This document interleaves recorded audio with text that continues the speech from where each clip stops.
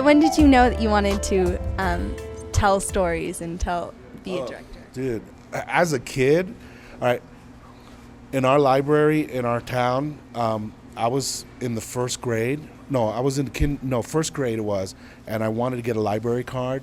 I was a voracious reader because we were so poor and we couldn't travel. The way I traveled was in books. I would read stories and they would take me places.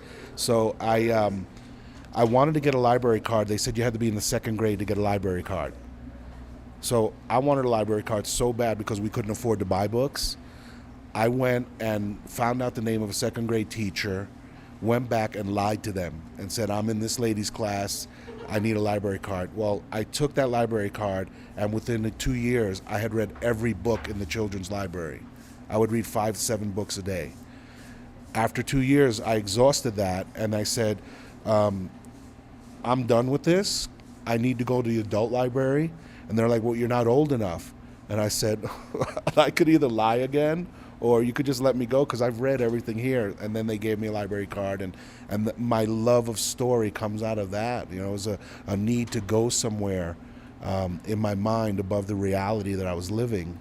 And I've always been a storyteller. I remember one time a performer as well, you know, standing in front of the TV set, and the whole family was there and they're watching me, and I was performing Elvis Presley's Blue Christmas, you know, and that's a very vivid memory to me. And I was in plays since I was like, you know, 7 years old, and I've just always loved communicating. You know, I think it's really interesting. Today we have so much communication with texting and IM and all this stuff, but very little of substance is being said. You know, for me, one of the great things in life is to connect with somebody and to really communicate something, you know, of who you are, and to learn who they are on a deep level. I think that's when we're most fulfilled, you know, and the deepest need of a human being is to be seen, to be heard, and to be acknowledged.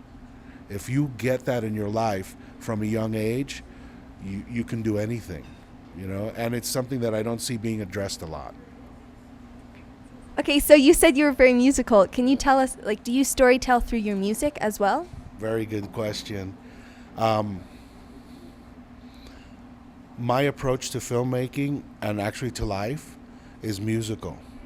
Filmmaking is one of the art forms that's symphonic.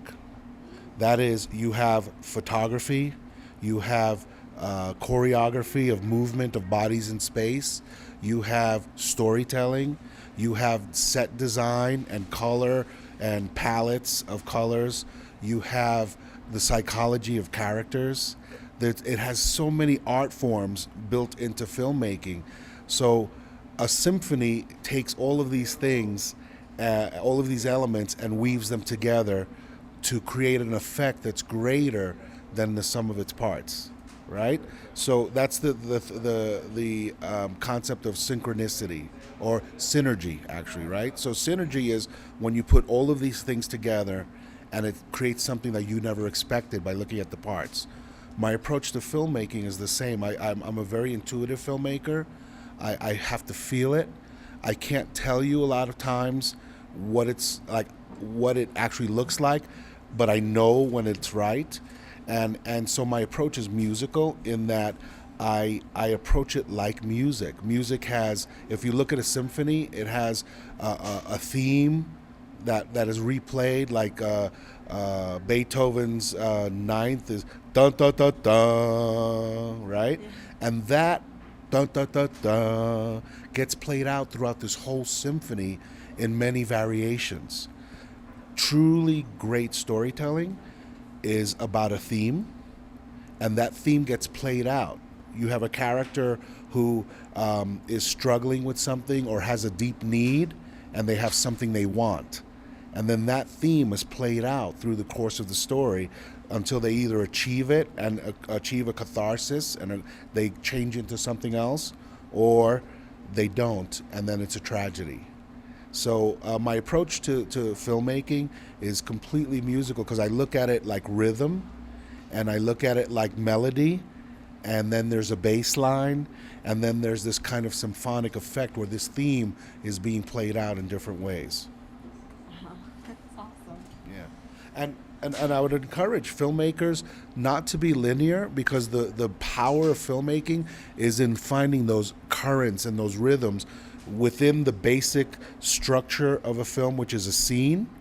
There are beats. It goes up, it rises, and it falls. First this character's winning, and then this character's winning. I'll give a little insight. This is like really basic stuff, but it'll help filmmakers a lot. The structure of every scene should be who is fighting who over what. That's the basic unit of building blocks of drama. Every scene, if you think about the great films and the great stories, who in this scene is fighting who over what? And then of the greater arc is this character who has this need. You're really watching the struggle for them to achieve that need and become who they really are. Because every character starts the story with this lack, and they're looking to achieve a new balance, but at a higher level.